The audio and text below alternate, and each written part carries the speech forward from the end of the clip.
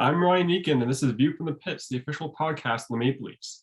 In this episode, I spoke to Dustin Richardson, the former Boston Red Sox and Miami Marlin, on his time in the big leagues and now his time with the Maple Leafs here in the IBL. Here it is. All right, Dustin, thanks for coming on today, man. Appreciate it. Thanks for having me, Ryan. So, also, you come into the IBL with a decorated background, going back to your time in the big leagues. Just going back to when you were drafted by Boston, just what do you remember about finding out that you were drafted by the Red Sox? I mean, it was a special time. It was a senior sign out of Texas Tech, and I didn't expect. I knew I had a good season my senior year, but I didn't expect to be a fifth round and then sign for an amount of money. That's I guess a good agent helps, goes a long ways, but you don't realize until you're drafted by a team like Boston how fortunate you really are, because there's a lot of organizations that you could easily get drafted into, and it's you just don't have the luxury, if you will, as you would with someone like Boston. So I didn't realize until I got there and then spent a few seasons, spent a few spring trainings with them, that how good I really had it there. And it was an amazing experience. I just remember the celebration where I was that summer day in Kansas, and it's something I'll never forget. Yeah, and then we'll get into playing in the big leagues, making your big leagues debut. But even just playing, AAA ball, AA, making appearances in spring training, just what did it mean to you to have that Red Sox jersey on? Because as you said, that's not just a typical Major League Baseball franchise. Right, right. So, I mean, yeah, you listen, you put the jersey on, you have Red Sox across your chest, your name on the back. I mean, you take all those things into account when, as a player and in the mentality, when you carry yourself, and how you carry yourself is important. But yeah, I mean, you become loyal, and when we play the Yankees, for example, in the minor leagues coming up. I remember Phil Koch, the other lefty, and we were playing them AA, and we had a conversation in the outfield while BP was happening or something like that, and pitchers we were throwing, and we were kind of talking, and he was talking about that, the same thing that you just brought up. He goes, it's about this, and he pointed to like our Red Sox patch and his Yankee patch, and I go, yeah, I agree. And you take that into the game, and it's there is something there for sure. And that's what I mean by it's special to play for someone like a Boston, maybe a New York. I don't know. It goes any further than that, really, because I mean, I guess the Cubs maybe, but yeah, but Red Sox Nation, though, it is, you see it throughout the organization. Excuse me, through the levels of the loyalty of the fans. They are everywhere. They are everywhere, and it's just I was, like I said, I was very fortunate to be a part of that organization and experience all that. Right. And you mentioned you remember back in Kansas when you got drafted by the Red Sox, and then you eventually got called up into the big leagues. Just what do you remember about that day, finding out that you got called up to the big leagues, and just taking me through that moment that you found out it finally happened? Yeah. So I had I was in AA for most of that year. I remember this was 2009, and I just was really becoming there was my full season as a reliever, because I was a starter coming up through the minor leagues, and I had a great relief year in AA in Portland, Maine. And I remember, I want to say, with a month left in the season, I got promoted to AAA, and I just absolutely dominated that AAA year for that remainder of the month. And there was talks, because at the end of the season, you get called in. We were on the road in, where were we? We were in Syracuse, I believe. And we get called in. It's the last game of the season, and we all know about call-ups, that are potentially going to happen. And there was rumors that, I was thinking that maybe I can get one of those. And, I get called in the office. Skip brings me in and goes, listen, there's a chance you're not going to get called up right away, but he goes, don't, stay active. Don't just be sitting on a couch, because very well you may be getting the phone call while you're at home that we may need you still, because obviously the big league season continues on, and they usually use a lot of younger arms at that time before the playoffs, right? So I go home. I remember I made that long 20-some-hour drive, and I think I drove 20 hours straight just to get back to Kansas. And sure enough, I wasn't home for maybe about a few days. and I got a phone call. They flew me out to Florida to this spring facility complex. And so I'm like, oh, okay, something might be happening. So basically, we're on standby. And, a day goes by, another day goes by, so you're on pins and needles, man. And the whole time you're there, you're working out with the younger guys that are there, like, the other rookies, right? 16-year-olds that they got there. And, you're throwing in some live BPs and whatnot. And, and then another day goes by, another day goes by. Next time I'm there for like 8 days. It felt like a month. And so anyways, it didn't look like it's going to happen, right? And one of the last days I was there, I had a schedule to throw like 2 couple innings. And I warm up, and I'm literally about to go to take the field, right, to go through. And pitching coordinator stops me. He goes, hold on, Richie. And I go, what's up? He goes, just hang tight. He goes, and so I'm like, all right. So I'm sitting there in the dugout. And he goes, Richie, he's like, get your shit. He said, you going up? I go, holy shit. So mind you, when you're in Florida, your mornings are early. You're up at 6 a.m. You have your breakfast, and you're out of there by noon usually. So it's about I don't know, 10:30, 11 o'clock a.m. And I remember he's like, you need to hurry though, because the flight and the game's that evening. So there's a game that evening. I remember I had to sprint into the clubhouse, and I remember I had to hurry up and get undressed, and I was basically running up and down the aisles naked, just frantically trying to get packed and get showered because I had to catch a flight. And I remember I was starving. I haven't eaten anything since breakfast. I had nothing in my system. I get on a plane out of Florida, straight shot to Boston, land. My phone's dead. I had to hurry up and charge it at the airport because they had someone from, her name was Raquel, I remember, awesome front office person. She was awesome. Took care of his players. I remember she was picking me up. I had to call her after my phone came back on. She rushed me to the field. We get there 30 minutes before game time, probably. Hurry up, got changed, got dressed. I literally took the field as we were taking the field, as the starting pitcher took the field. And so they took the field, and I just run into the outfield, it's a long ass run too, by the way, to the bullpen out there. And I just remember I was starving, but adrenaline was pumping, and I get to the bullpen, and I'm just, good thing there's a lot of snacks in the bullpen. And I was chewing on a lot of sunflower seeds. So, it's a very numb feeling, And it was almost, kind of like out of body. Like I couldn't really, wasn't sure what I was feeling. I remember. And was able to calm down a little bit.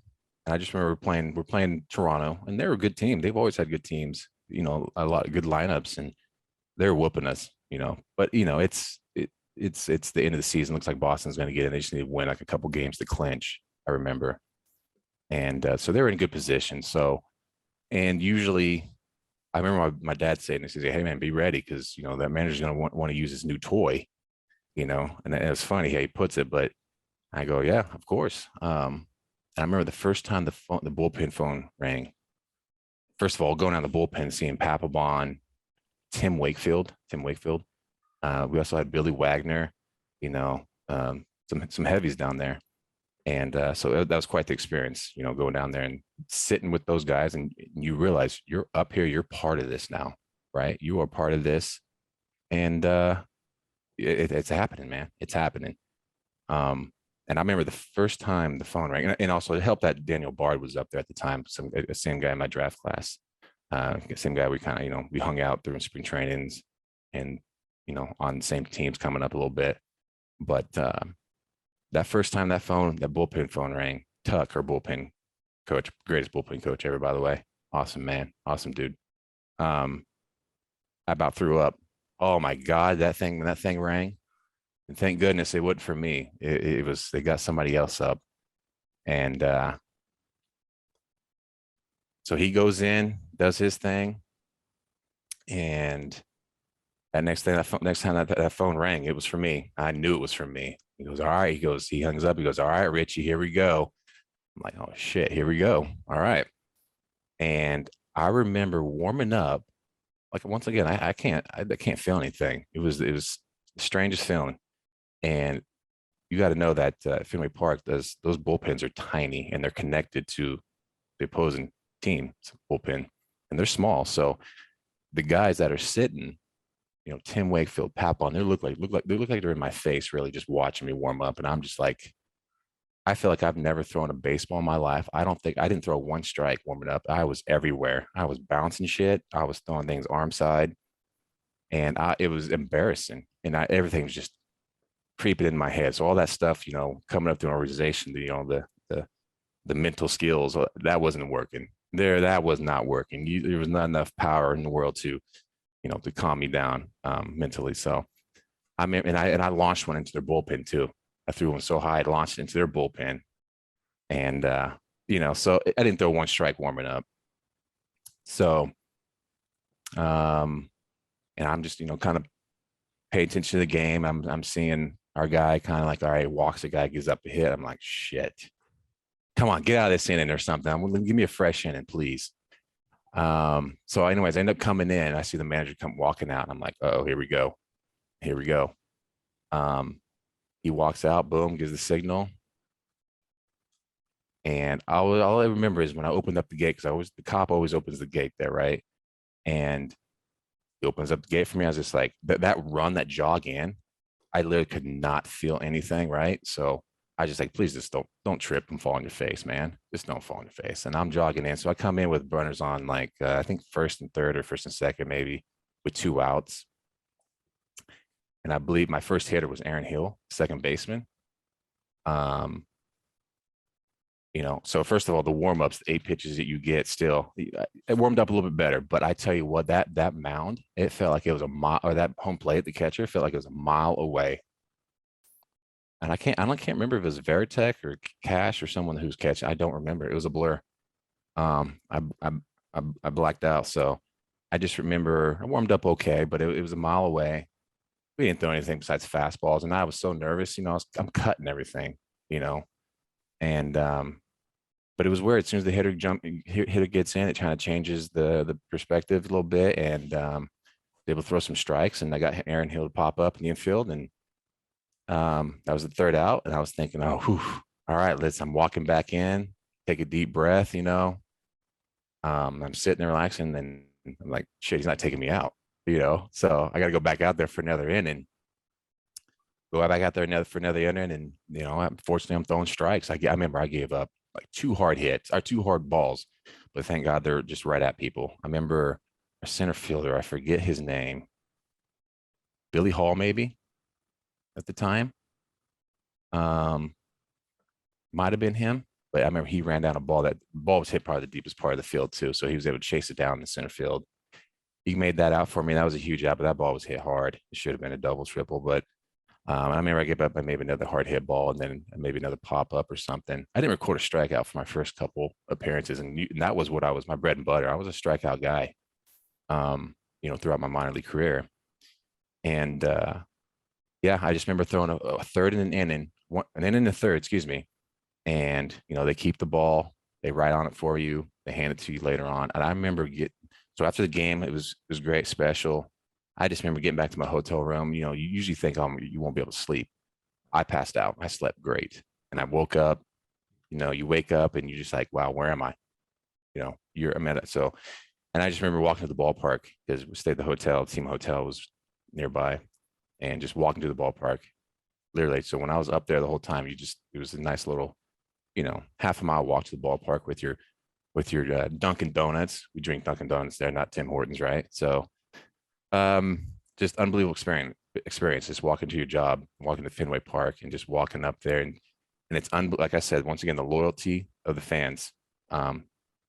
They know you, right? They know you even as soon as they know, hey, walk into the ballpark. I couldn't believe it. Just walking, and I'm still a couple blocks away still, and people recognizing you a little bit, just even as a rookie. And like I said, that's a special experience. And yeah, and I'll never forget that, right? Yeah. Yeah, so you're in the big leagues. You got called up. You had your first bullpen session. You made the walk out from Fenway, the bullpen, and now you want to stay in the big leagues. You don't want to go back down.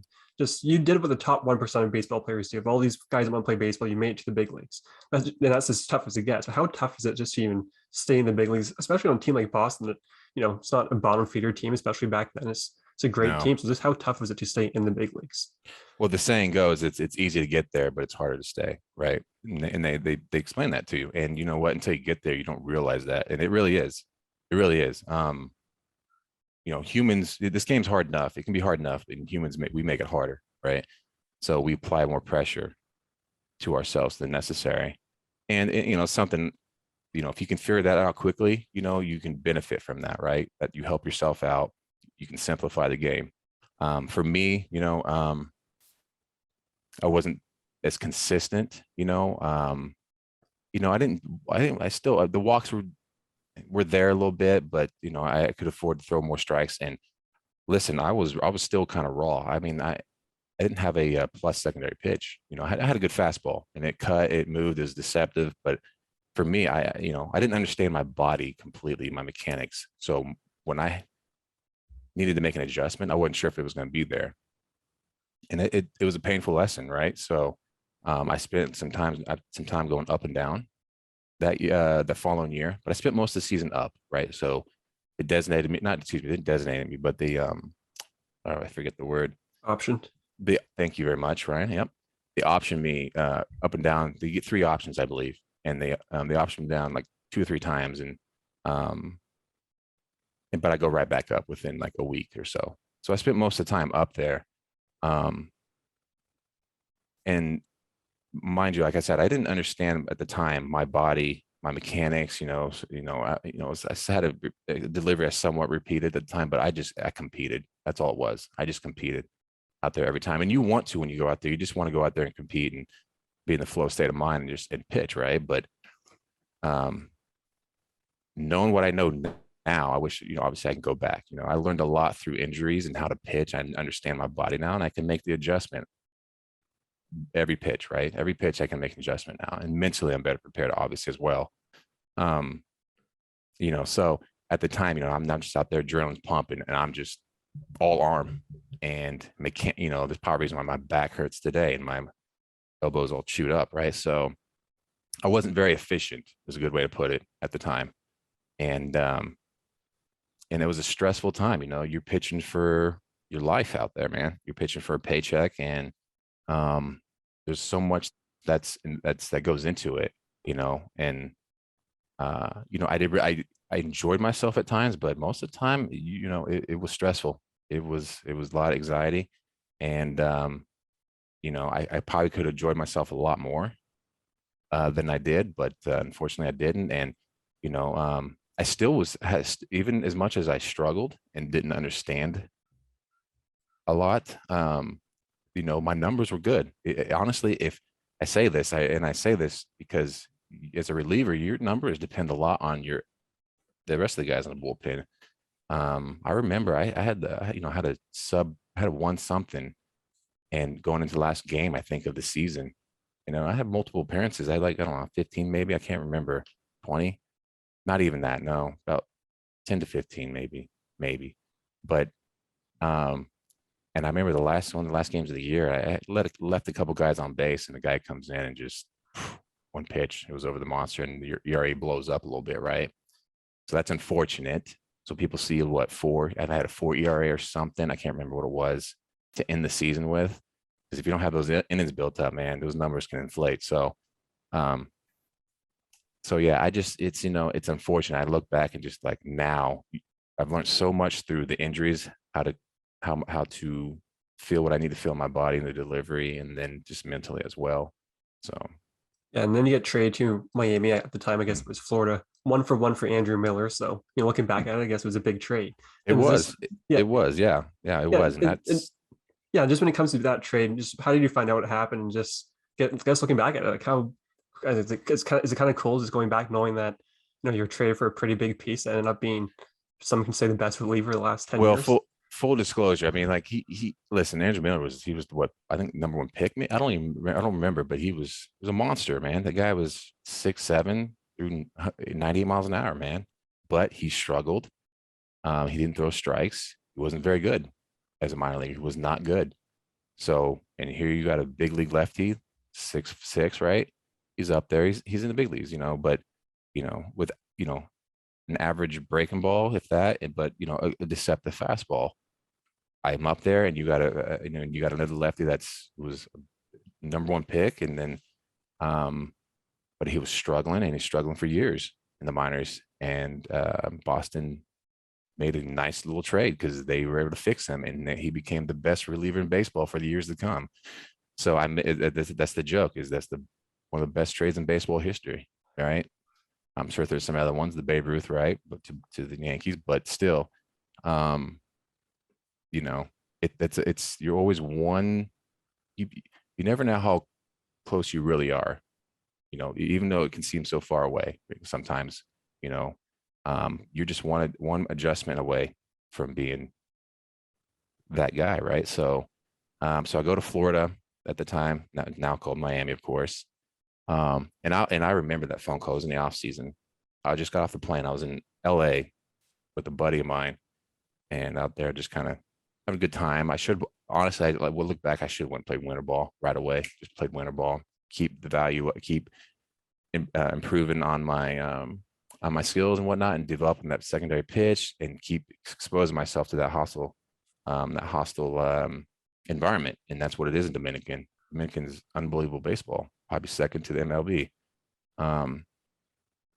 as far as talent goes. But so I'm out in LA. I get the phone call after I get off the plane, and it's Theo. He message said, "Hey, give him a call back." So I call him back, and he's like, "Hey, Richie, how you doing? This and that." So he goes, "Listen, get right into it. You've been traded to Florida for Andrew Miller." And they do, they keep it professional. It's like, "We wish you luck. We enjoyed why we having you. We wish you all the best." And I go, now I remember I'm a loyal person, so I'm just like, I thought I'd be a Red Sox my whole life, and maybe naive as well, but I want to say a Red Sox forever, but you know, but that just means another team wants you, right? When you're traded, that's all it means sometimes. Um, so I remember asking him, I go, "Well, what was the trade exactly? Was it?" He goes, "Hey, 1-for-1, Andrew Miller." I go, "Oh, it's not too bad." But at the same time, the guy's struggling, but I know the potential that's there with him. So I go to Florida, and right away, I go to big league camp with him, and I know, I'm good chance of making that. I'm slated into that bullpen. I remember right after that phone call, Florida GM calls me. Can't remember his name at the time. Can't remember his name, but calls me and say, "Hey, Richie, you want to welcome you, this and that." And right at that moment, I'm in that bullpen. I'm slated, right? Just go to spring training, stay healthy, we're good. But there was that big Dan Uggla trade where they sent him to Atlanta, I believe, and Atlanta sent him like the farm system for him. And along came that was done, another power throwing lefty reliever. Now I got to compete for a spot in that bullpen with him. And so we go to spring training, and I remember I had a great spring training, a phenomenal spring training. And once again, he power left, throwing lefty, good dude. We went out a couple times, good dude, but he struggled. And I remember the manager pulls me in towards the end in spring training. He goes, "Listen, Richie, it's a tough pill to swallow, but we have to go with Dunn," even though he had like a 14 ERA in spring training. But he explained it to me. And this is where you start to understand the business side of the game as well, right? He goes, he was part of that massive trade, and we need to get the value for him. And it's easier to send him down when he's struggling than to call him up and not get any value for him. So I'm like, that's bullshit. And I don't want to hear that, But anyways, it's once again, it's a tough pill to swallow. So I go to AAA. The time this was in New Orleans. So I go there. I have a great 2 months. And I remember we're in Oklahoma City playing, and I get designated with like a 1.7 ERA for an outfielder that they needed at the time. I get designated, I get claimed then I go to Atlanta. I'll go to Atlanta now. And by that time, I'm just the mental. I was in shambles, right? So I struggled there, and then next thing you find yourself, you're not throwing a lot of strikes. You're not throwing strikes, man. And it helps to be left-handed, but when you're not throwing strikes, you just find yourself out of this game real quick. and then into affiliate, or excuse me, to independent ball. So Yeah, and then once you're in independent baseball, you end up getting back. You got back to minor league baseball, major league baseball. When you're in independent baseball, like, I'm sure it can feel empty. It can kind of feel like this is the end. Like if you're one bad weekend away from like this being completely over. Just what was your time like at independent baseball? And just what was the mindset and the approach that you took to independent baseball? yeah, I wasn't good at first. It's Yeah, definitely an ego check, right? It's definitely an ego check. And I was always a good teammate. I was. But going to independent ball, I didn't realize, how many big leaguers actually go there. So the Atlantic League, that's the Premier League. That is the league to go to. And it's literally AAA. It's good baseball, very good baseball. You got a lot of rosters with big league experience on it, and AAA guys and AA guys, right? So um, it's a great league. But at the same time, I'm thinking independent ball and this and that, where I literally was just months ago in the big leagues, right? And I'm just like, what the hell just happened? So, um, yeah, so I go to Sugarland Skeeters. They're a brand new team that first year.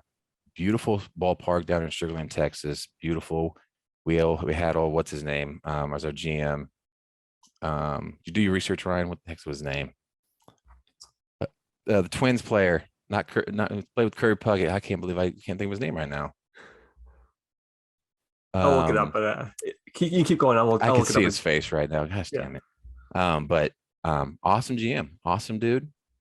Beautiful ballpark. Um, and so once, I was able to swallow my pride a little bit, and you're there, you're playing, right? But then you feel stuck, right? You feel stuck.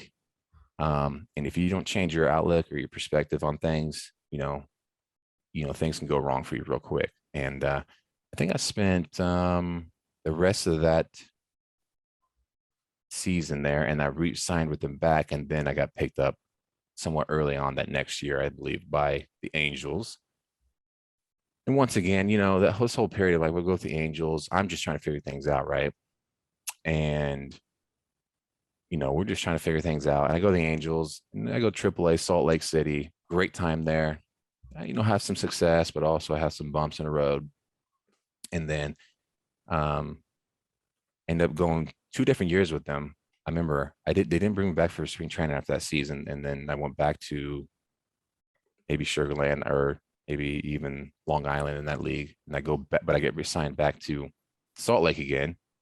And I'm there the whole season, and have some flashes, right? And you never know. You're in AAA, man. You're one step away. So, but they have their guys first, and you need to understand. You understand that, right? They have guys that they're invested in, so they're going to get their chances first. So, as I know in my position, I need to put up at least 2 months and just dominate. If not, just worry about just one inning at a time, right? So, um, so I'm just trying to figure things out. So I even tried changing arm slots, everything. And once we did that, we did change the arm slot. We dropped down to 3/4 a little bit, and that kind of opened things up a little bit, and it became interesting. So I was like, because I was trying to adapt, I was trying to survive, and you have to do those things.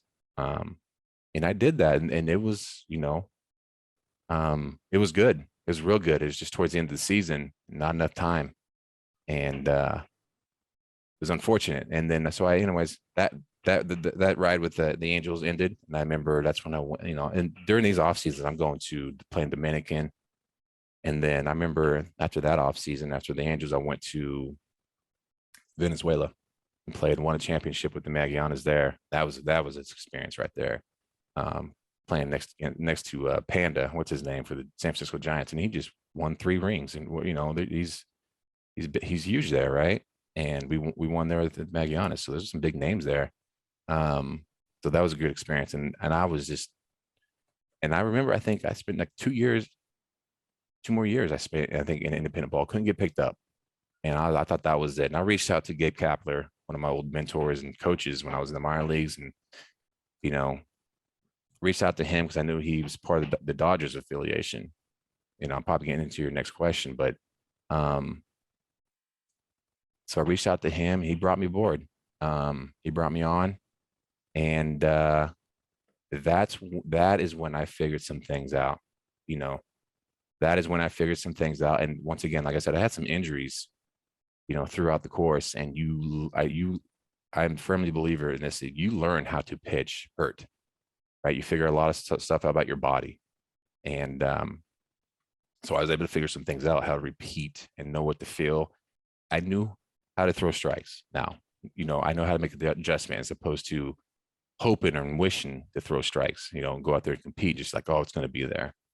No, we figured that out now. So that is a whole new level of confidence. And I took that into when I went to the Dodgers organization, because first of all, I was fortunate. I was so excited to be back at the affiliated ball.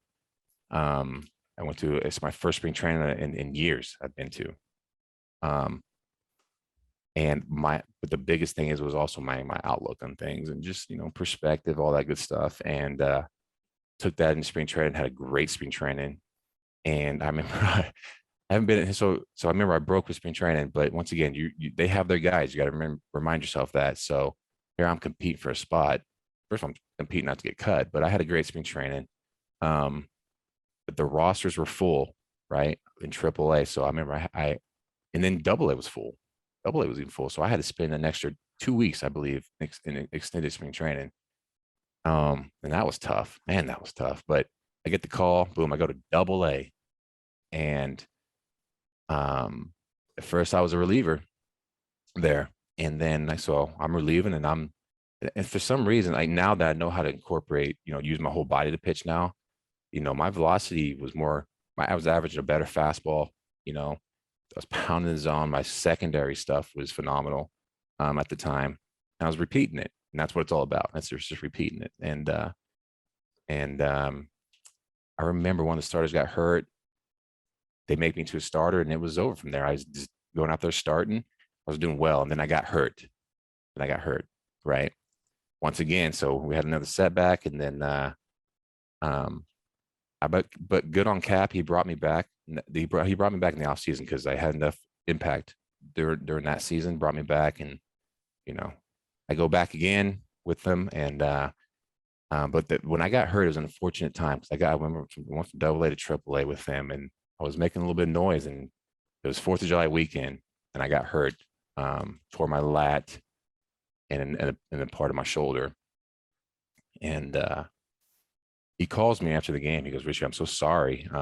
You were in the discussions, literally after the game coming up this weekend." And I go, and I remember that was tough, man.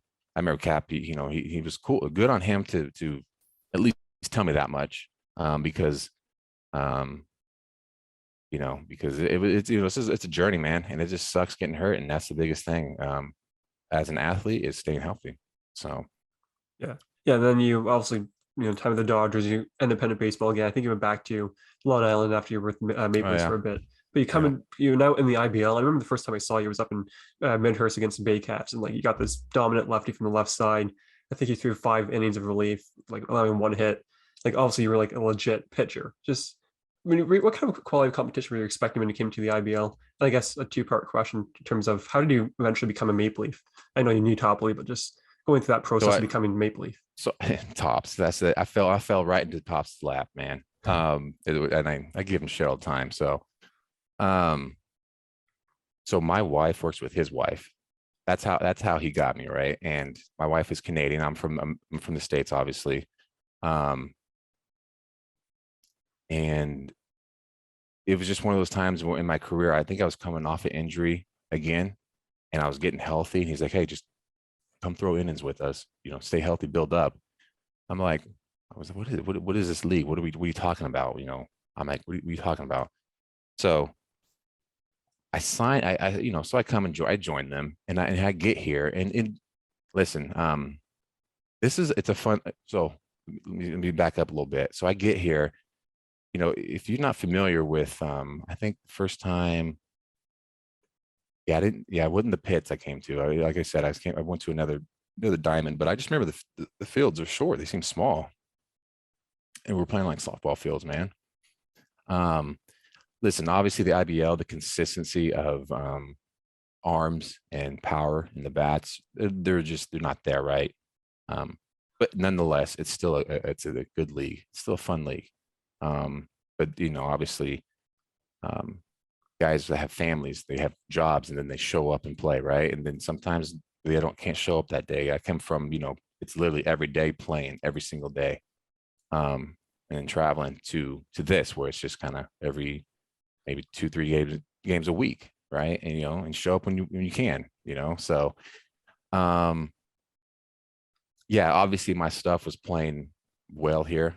Um and a little just at that point it's just I started realizing like how much fun I started to have, being around some of the guys, and I could let loose a little bit. I didn't have to take things as serious, right? It turns out this is probably the most fun I've had in my career playing in the IBL, and it's crazy to think about, even in the big leagues, because big leagues, like I said, is full of stress, anxiety. I couldn't really enjoy myself. Here I can, and because I'm not pitching for a paycheck. I'm just out there competing, having fun with the boys again, and it's nice. It feels like summer ball again to me, honestly, and there's no stress, and it's like I said, if I could have developed this mindset, at the higher levels, man, and things could have been different, right? Um, but so here we are now with it. We're 38 now, and um, we're having fun now. I got my PR here, so I'm a resident, so we're here now. We're here, we're having fun, and I can't let the game go.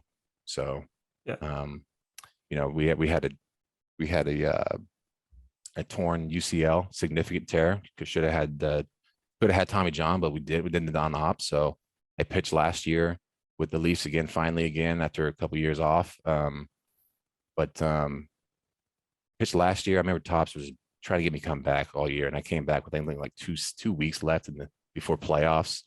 I told Tops, I said I can't. I said my elbow is done. I can't throw. And he's like, dude, all you gotta do is go out there and just OBP, these guys, and like Top, I'm not going out there and get my ass handed to me. I'm not letting them guys get me. I'm not doing it. I'm too competitive, man. He talked me into it. So I got a bum elbow and a bum back. I can barely walk. And, you know, and I was supposed to pitch in some other games. When I got back, I was about to warm up, go in, but I couldn't because I was just hurting too much. Right. And, but we were able to get qualified. What do you call it? I got my innings in so I can pitch in the playoffs Yep. for him, right? Yep. And we started building up, and the elbow started feeling. I wouldn't say it wouldn't feel better, but it was managed. I could manage it, right? I could tolerate it. The back was just garbage. It was terrible.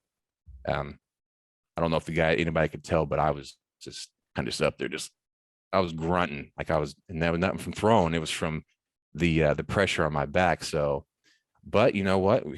Once again, like I said, you learn how to pitch hurt, and that's exactly what I was doing.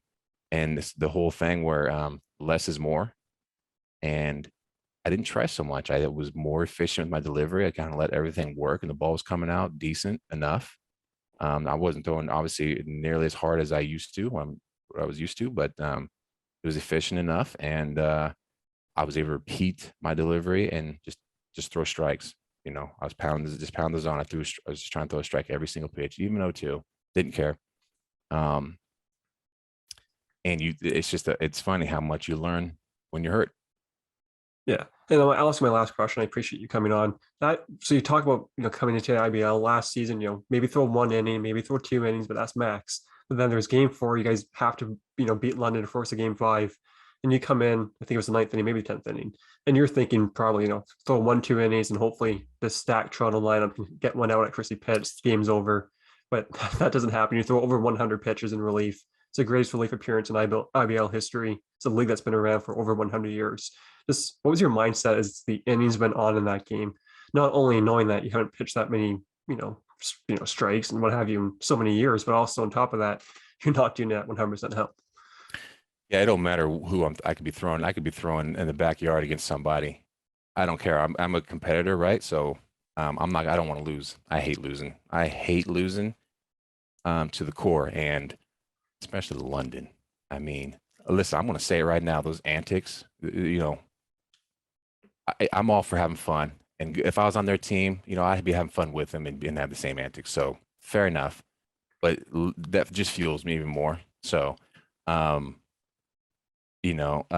remember yeah, so I remember that game four, and I remember throughout that series going into it, I was telling Tops, just figuring out how we wanted to do things. Um, I remember him saying something about starting, and I was like, I can't start. There's no way I can start, you know. But little did I know, and so in game four, like you said, man, it was a battle, and then I came in, we were losing, so I had to hold it right there. I had to hold the score, and our guys were able to come around and and at least tie the game, and then it was on from there, and I was not coming out. I wasn't going to come out.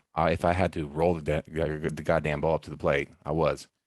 Um, but that's just the competitiveness in me. But I remember, I look back and I go, if I could have just got Brownlee, I think Brownlee, right? If I listen, I gave him zero credit. I found his barrel. Let's just get that out there. I found your barrel, Brownlee.